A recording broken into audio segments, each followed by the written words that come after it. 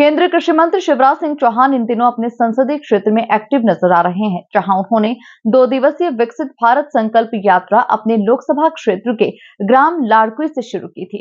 वहीं अब दूसरे दिन की पदयात्रा ग्राम बिजला नहर से शुरू की, जहां सबसे पहले तालाब पर केंद्रीय कृषि मंत्री शिवराज सिंह चौहान ने तालाब से मिट्टी निकालकर श्रमदान किया। देखिए खास रिपोर्ट। एमपी में शिवराज सिंह चौहान का एक्टिव अंदाज।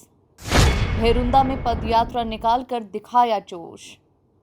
भेरुंदा की जनता ने किया अपने नेता का स्वागत।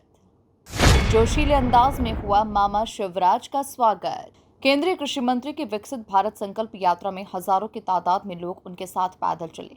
केंद्रीय मंत्री शिवराज सिंह चौहान के साथ उनकी पत्नी साधना सिंह भी इस पदयात्रा के दौरान पूरे समय साथ रही। पदयात्रा के दौरान केंद्रीय कृषि मंत्री शिवराज सिंह चौहान ने किसानों, छात्र छात्राओं, युवाओं और स्ट्रीट वेंडर्स से संवाद किया।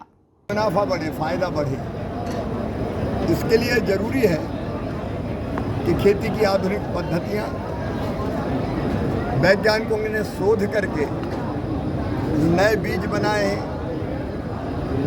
जलवायु अनुकूल फसलें तैयार की है, उनके बारे में वैज्ञानिक खुद किसानों को बताएं।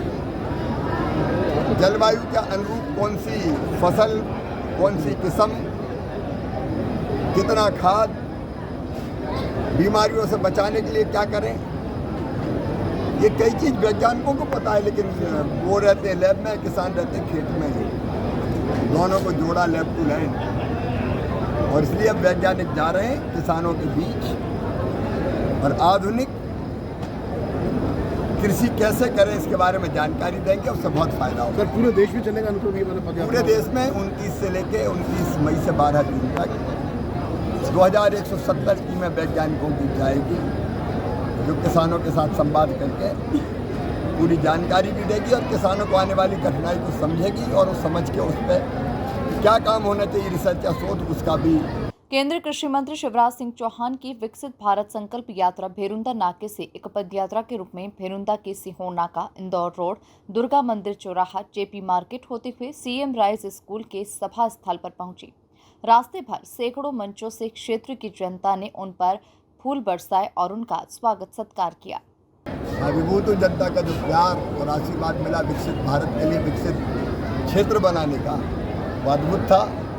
बच्चे अभी भी देख रहे हैं आप, बेटे बेटियां, बुजुर्ग, महिलाएं, नौजवान, किसान, गरीब, बहनें, सारी उमड़ पड़ी इस यात्रा में और सबका संकल्प है विकसित भारत के लिए अपना विकसित गांव। मोदी जी का संकल्प, जन जन का संकल्प। योजनाएं चल रही है, catch the rain water harvesting, पानी के लिए जल संरचनाएं, चेक डैम, स्टॉप डैम, बोरी बंधान, बहने से रोक दो, कई तरह की योजनाएं, वाटर सेट की स्कीम, उन सब पर काम। Thank you sir. किसान इस समय मूंग को लेकर काफी आशंकित हैं कि सरकार खरीदेगी या नहीं। वहीं मंच से क्षेत्र की जनता को संबोधित करते हुए उन्होंने भारत को विकसित राष्ट्र बनाने का संकल्प दिलवाते हुए कहा कि पीएम मोदी के नेतृत्व में भारत लगातार विकसित दिशा की ओर अग्रसर है और हम विश्व की चौथी अर्थव्यवस्था बन गए हैं। जब मोदी प्रधानमंत्री बने थे तब भारत विश्व की 11वीं अर्थव्यवस्थाओं में से एक था। इसके बाद हम 5वें स्थान पर आए और कल जापान को पछाड़ते हुए हम विश्व की चौथी अर्थव्यवस्था में शामिल हुए हैं।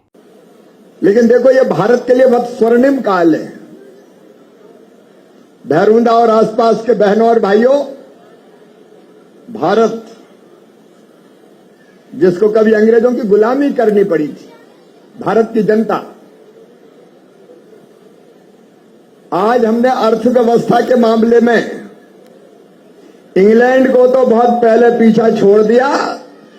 11वें नंबर पे जब मोदी जी प्रधानमंत्री बने थे, 11वें नंबर पे था भारत अर्थव्यवस्था के आकार में, और उसके बाद 5वें नंबर पे आया और कल आ गया 4थे नंबर पे। जापान को भी हमने पछाड़ दिया, पीछे छोड़ दिया।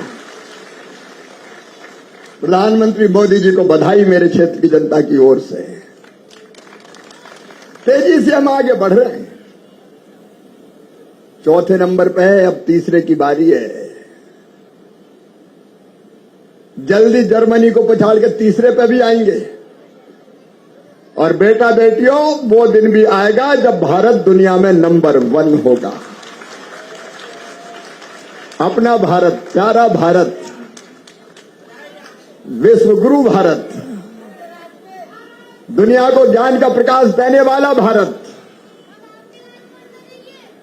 अरे हम हैं जिन्होंने आज नहीं हजारों साल पहले कहा, अयम निजम परो वेत्ति गणना लघुचेत साम उदार चरिता नाम तो वसुदैव कुटुंबकम। ये मेरा, ये तेरा है। ये सोच छोटे दिल वालों का होता है, जो विशाल हृदय के होते हैं वो तो कहते सारी दुनिया एक परिवार है। कुल मिलाकर देखा जाए तो केंद्रीय कृषि मंत्री शिवराज सिंह चौहान इन दिनों अपने संसदीय क्षेत्र में एक्टिव नजर आ रहे हैं, जहां वे पद यात्रा निकाल रहे हैं। Bureau report, MP news, Bherunda.